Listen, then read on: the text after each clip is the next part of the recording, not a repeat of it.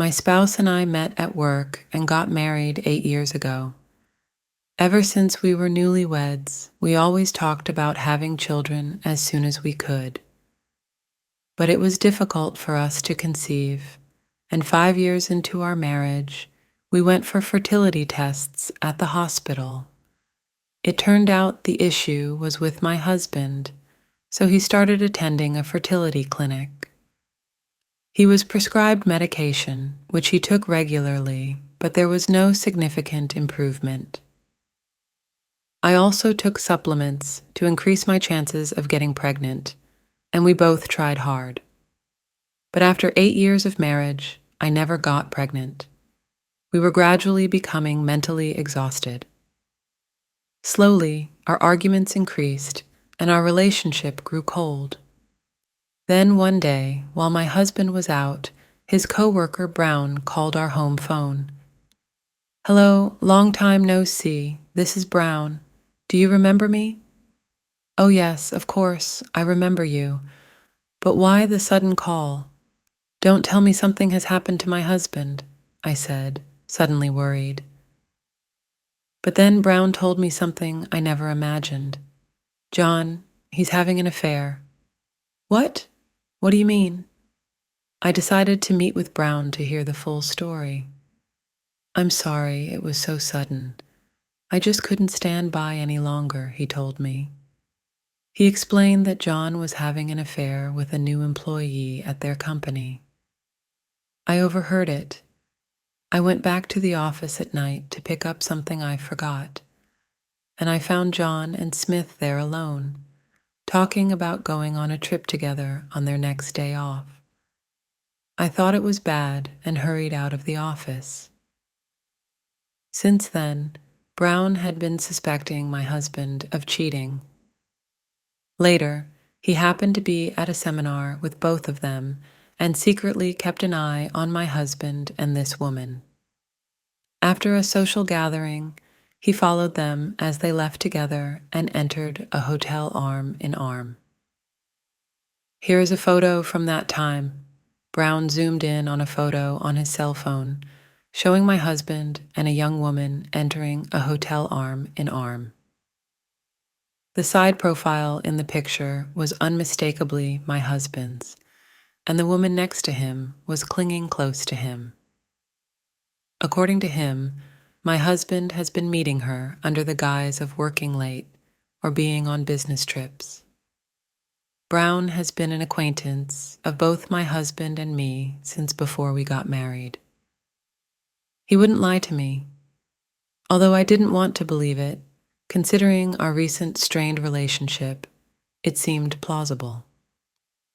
Since then, I've met with Brown frequently for advice. I even told him about my husband's infertility issues.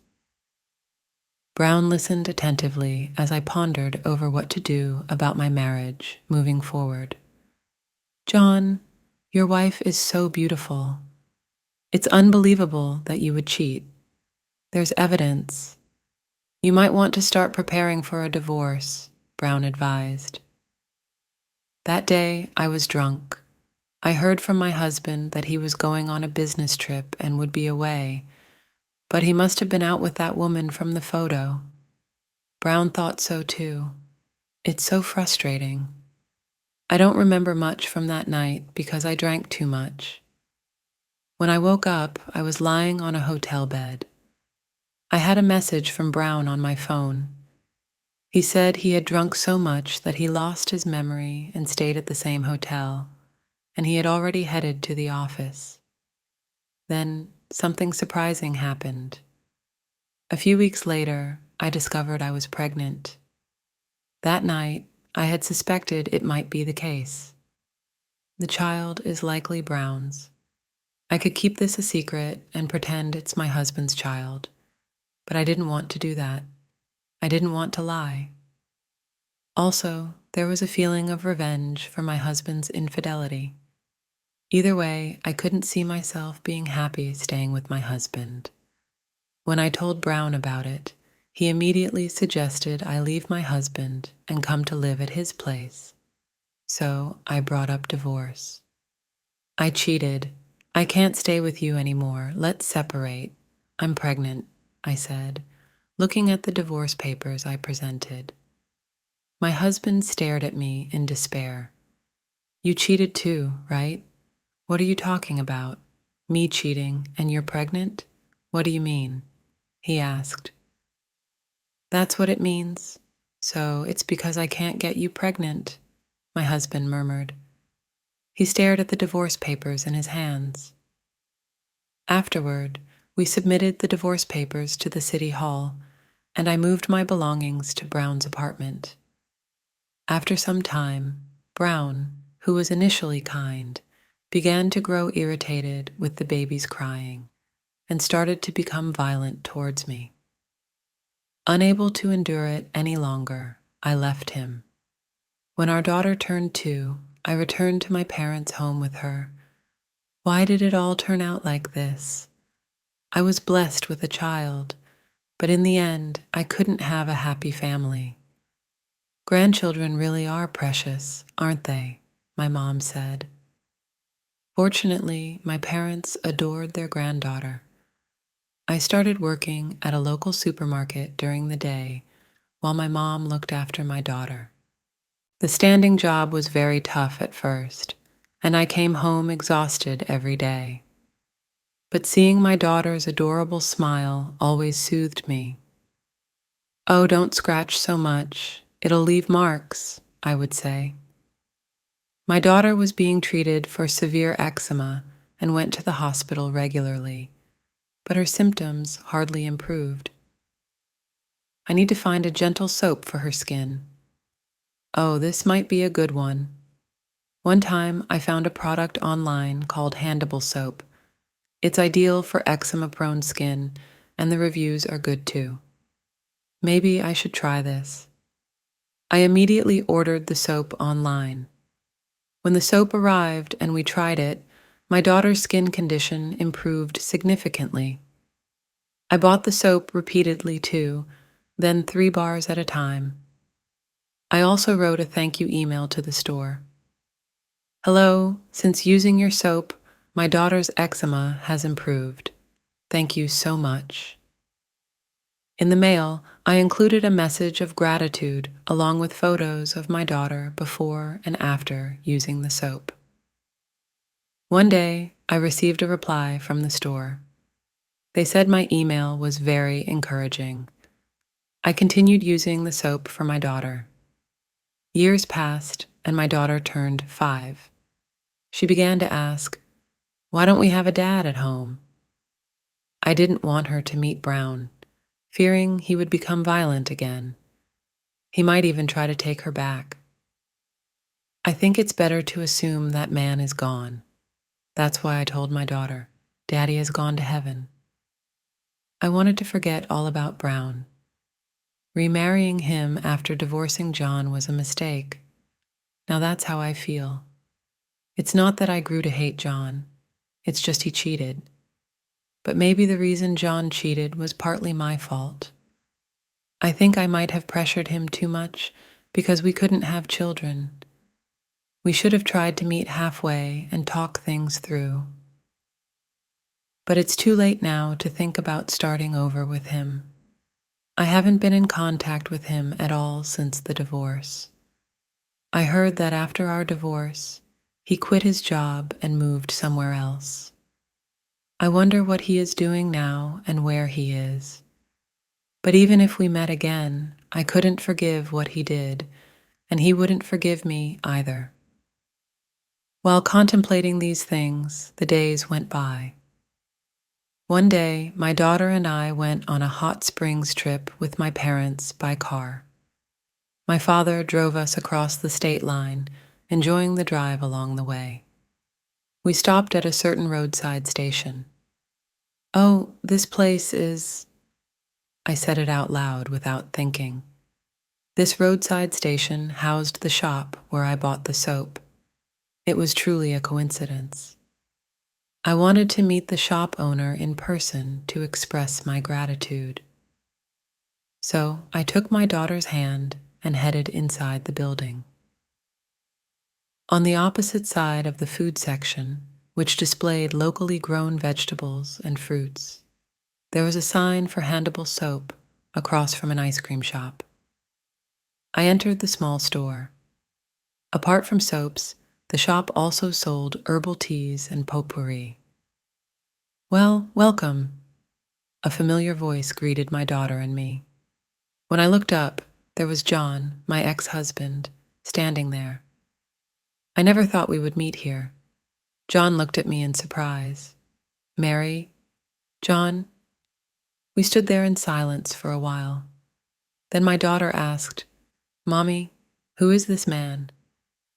"This person is someone Mommy knows. It's been a while." "Mary, can we talk for a bit?" John said. So I nodded. I left my daughter with my parents and went into the cafe next door. It had been 6 years since we parted. His face had a few more wrinkles, and some gray hairs were appearing. We took a seat and ordered hot coffees. "I had no idea you were the person at that store." As I started the conversation, he gave a shy smile. I left the corporate world and started helping out with a friend's farm while launching my own business. It's been well received online, and it's making a decent profit. I was surprised when I saw your order come through, and here I was sending you an email without even knowing it was you. I was happy to receive it. But I never expected you to actually visit the store. I just happened to pass by and decided to stop in, he told me. He explained that after our divorce, he was so shocked that he couldn't work for a while. But when he bravely moved to a vacant house in the countryside, the neighbors were all very kind, and one of them taught him farming. Helping with the farm work, his emotional wounds began to heal. Now he rents a corner of that farm to grow herbs and sell soaps and herbal teas. Then he asked, "How's Brown?" I left him. When I told him, he was surprised. I explained that I had suffered domestic violence from Brown. "I never would have guessed he could do something like that. And you didn't seem like someone who would cheat." John looked astonished. "What are you talking about with cheating? What do you mean you were cheating, weren't you?" "No, I wasn't. It seems there's a misunderstanding. I heard it from Brown. He told me you were cheating with a new employee named Smith, lying about working late and going on business trips. I even saw the photos." "That's a lie. I didn't do such a thing," John exclaimed. "But I saw the photo of you entering a hotel. Brown took it after following you, saying you both worked together." "Oh, that time everyone from the company was staying at the same business hotel, and Brown was there too.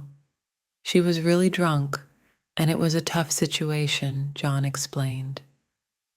If what John is saying is true, then Brown was lying. Why would he do that? He probably lied because he wanted you for himself. He wanted us to break up.